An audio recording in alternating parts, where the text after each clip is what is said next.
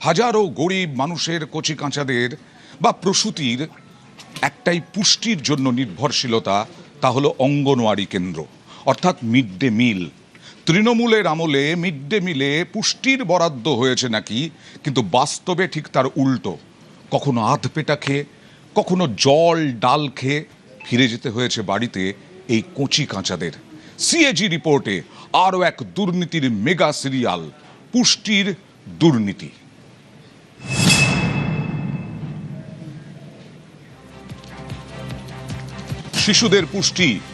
শিশুদের পুষ্টিতেও চুরি।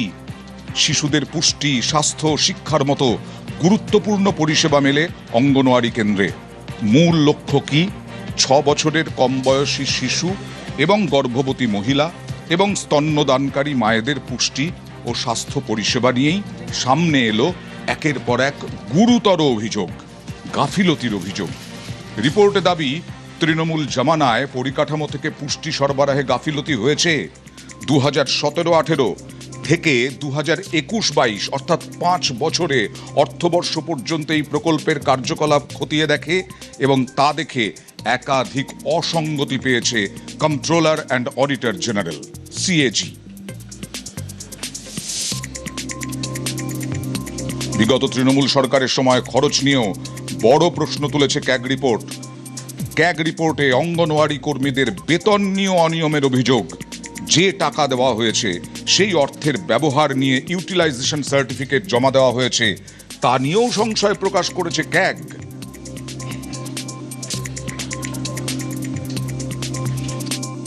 রিপোর্টের উল্লেখ, বার্ষিক ক্ষেত্রে খরচ হয়েছে বলে যেটি দেখানো হয়েছে, আদপে সেই অর্থই খরচ হয়নি।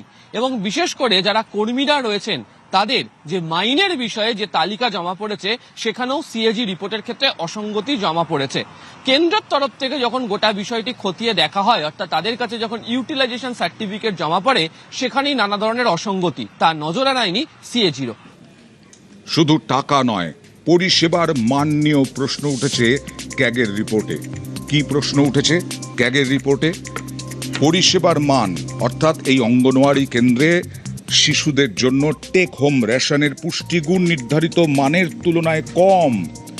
ভাবা যায়, যে গর্ভবতী স্তন্যদানকারী মায়েদের জন্য এই মিড ডে মিল, গরিব প্রসূতিদের জন্য, গরিব বাচ্চাদের জন্য, সেখানে নির্ধারিত মানের তুলনায় কম ছিল পুষ্টিগুণ। পুষ্টির মাত্রায় ঘাটতি ধরা পড়েছে রিপোর্টে। তৃণমূল জামানায় করোনা পর্বেও অঙ্গনওয়াড়ি পরিষেবায় গাফিলতির অভিযোগ।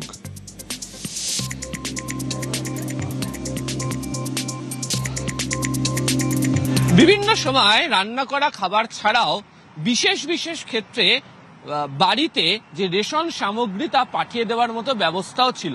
বহু ক্ষেত্রে অভিযোগ যে পর্যাপ্ত মানের এবং পরিমাণের এই রেশন বাড়িতে পৌঁছানোর কথা ছিল, তা পৌঁছয়নি।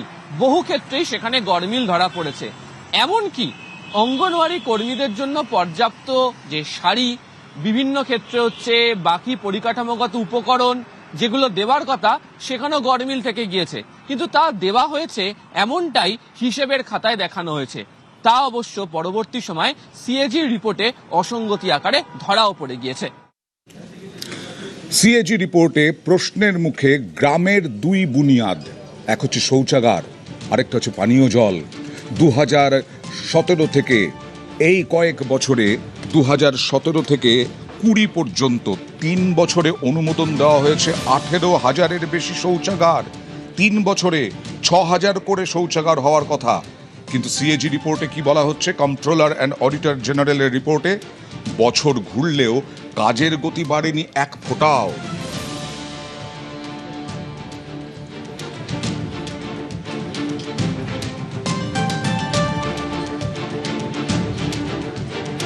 অনুমোদনের পরেও থমকে কাজ। আর প্রি স্কুল শিক্ষার হাল, অর্থাৎ স্কুলে যাওয়ার ঠিক আগে, এই নিয়েও প্রশ্ন তোলা হয়েছে ক্যাগ রিপোর্টে।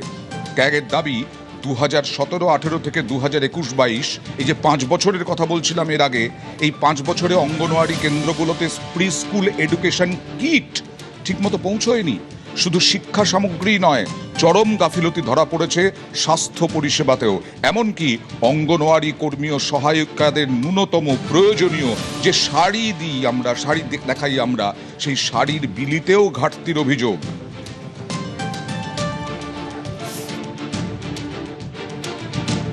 রাজ্যের বেশিরভাগ অংশের মানুষ, বা বলা ভালো যারা প্রান্তিক অঞ্চলে বসবাস করেন, গ্রামাঞ্চলের যারা রয়েছেন, তাদের একটা বড় অংশ এই অঙ্গনওয়াড়ির উপরই নির্ভরশীল থাকেন। তার কারণ শিশুদের শিক্ষা এবং তাদের পেট ভরানোর জন্য পুষ্টিকর খাদ্যের উপাদান এই অঙ্গনওয়াড়ি সেন্টারগুলো থেকে পাওয়া যায়। কিন্তু সিএজি রিপোর্টে উঠে আসছে এই সমস্ত কেন্দ্রগুলোতে যে ধরনের পুষ্টি গুণ সম্পূর্ণ খাবার এবং শিক্ষা ব্যবস্থা দেওয়ার কথা ছিল, তার একাধিক জায়গাতে নানা ধরনের বিস্তর গড়মিল রয়েছে। এবং সেই গড়মিলকে কার্যত তারা বলছেন যে শুধুমাত্র পরিকাঠামোগত ক্ষেত্রে দেখলে চলবে না, একটি অঙ্গনওয়াড়ি কেন্দ্র চালানোর জন্য যে ধরনের পরিকল্পনা করে চলা দরকার, তাই বছরের শুরুতে কার্যত করা হতো না। ফলে গোটা বছর জুড়ে নানা ধরনের সমস্যার মধ্যে পড়তে হতো।